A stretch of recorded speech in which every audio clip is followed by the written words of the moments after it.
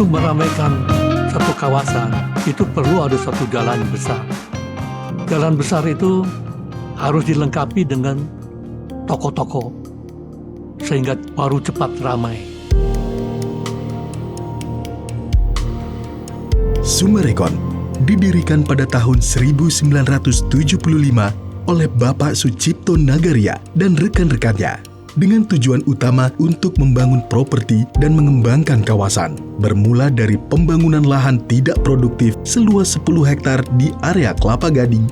Setelah kita dapat SK dari DKI, langsung kita uruk tanah itu dan mulai bangun 20 rumah yang sederhana. Saya adalah penghuni yang pertama. Yang dari Kelapa Gading yang bangun Pak Cipto. Para pendiri perusahaan berhasil mentransformasi kawasan tersebut menjadi salah satu sentra hunian dan bisnis paling terkemuka di Jakarta. Untuk mengangkat kawasan hunian Kelapa Gading, kita rasa perlu fasilitas-fasilitas yang memadai, yaitu yang berkualitas. Maka antara lain dipikir untuk bikin satu sport club yang menengah atas untuk penghuni-penghuni menengah atas. Antara lain kita beli keramik untuk kolam renang Olympic size kita itu, kita pakai keramik dari Jerman, Buktal keramik yang paling bagus. Terbukti itu kualitasnya sangat baik. Sampai sekarang sudah 40 tahun lebih dan masih memiliki terlihat sama dengan di awal.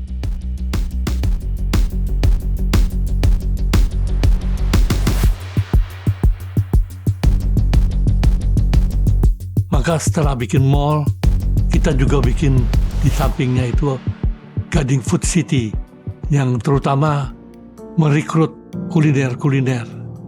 Orang kalau mau makan pikirannya Kelapa Gading, kota sejuta makanan.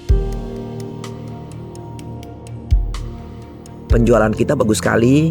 Ada istilah kalau jual rumah tuh udah kayak kacang goreng. Ini yang saya merasa perusahaan kita ini udah 25 tahun, udah orang-orang di kantor udah sampai satu titik comfort zone. Jadi di zona nyaman.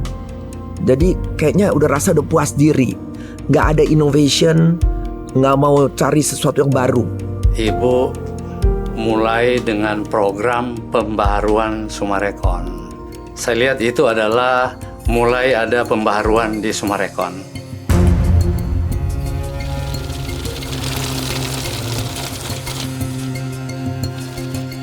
Kalau di Summarecon, Kelapa Gading, kita boleh bilang nggak ada utang US dollar.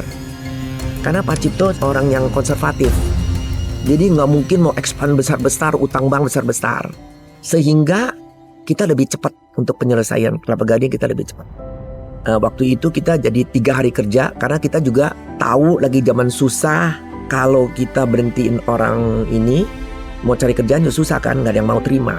Sehingga kita bilang sama karyawan bahwa kita ada satu kapal, tapi kita sama-sama melewati masa susah.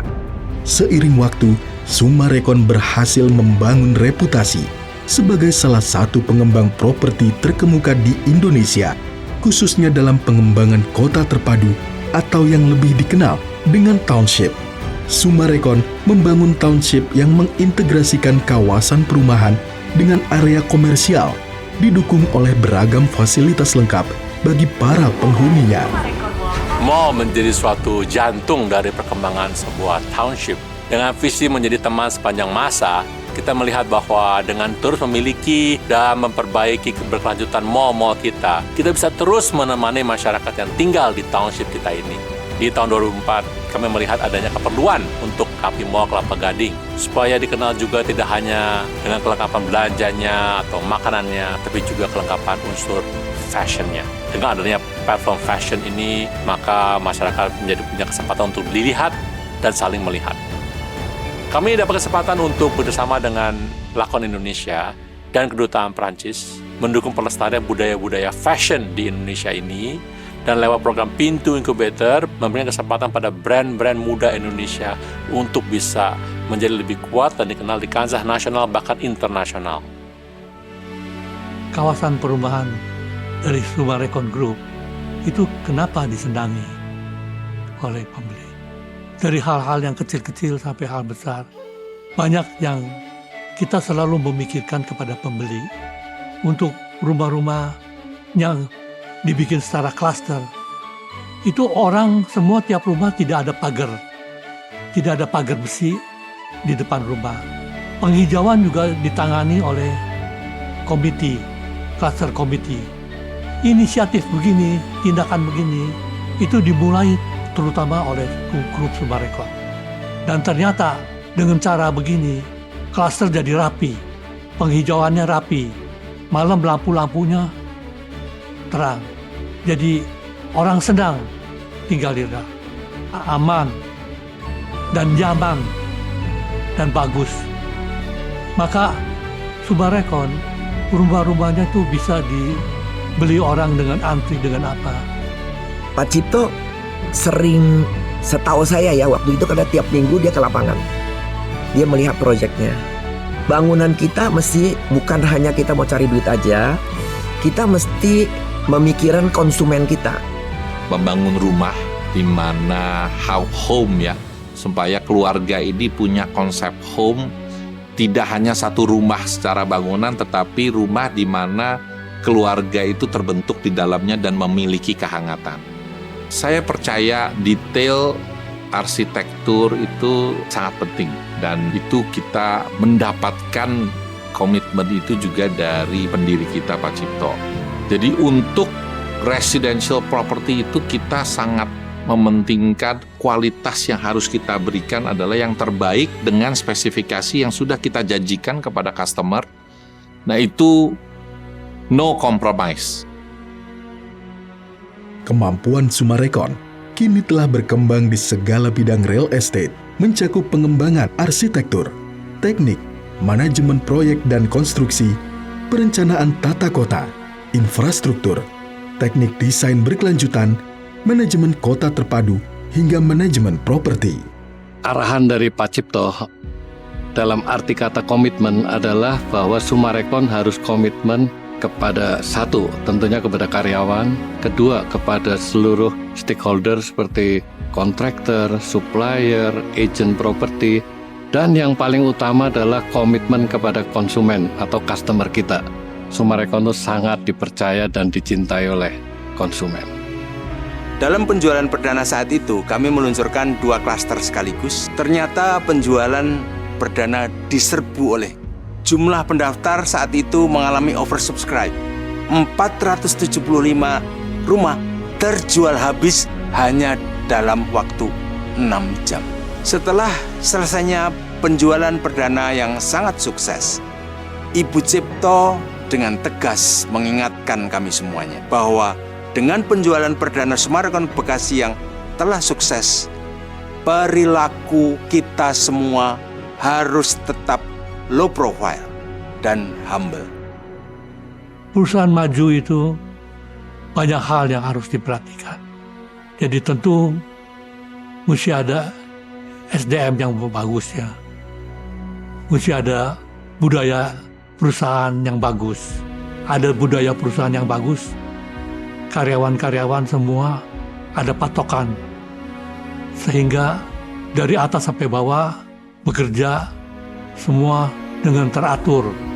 Kita punya nilai-nilai dari Sumarekon merangkum menjadi satu, menjadi caring. Which commitment, agility, care, integrity, collaboration, and gratitude.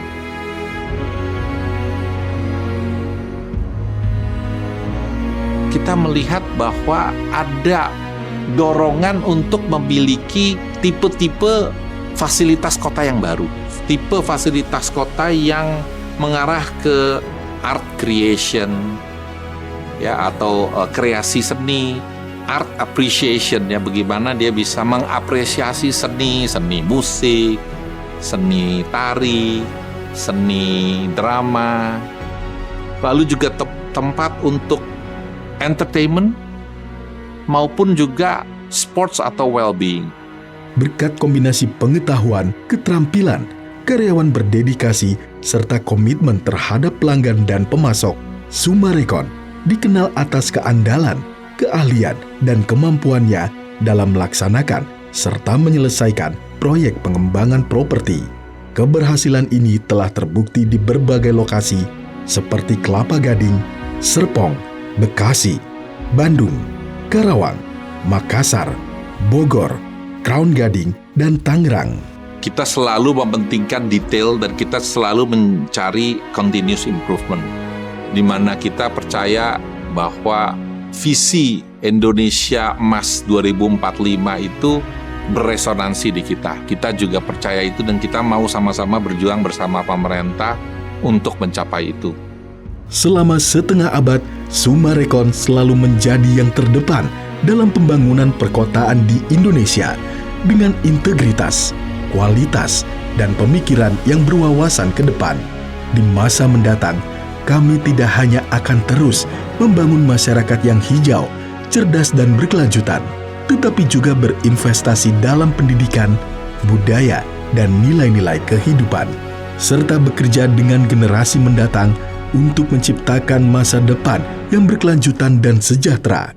Karena bagi Sumarekon, kota bukan sekedar ruang-ruang, tetapi juga kisah tentang manusia, kenangan akan rumah, dan teman sepanjang waktu.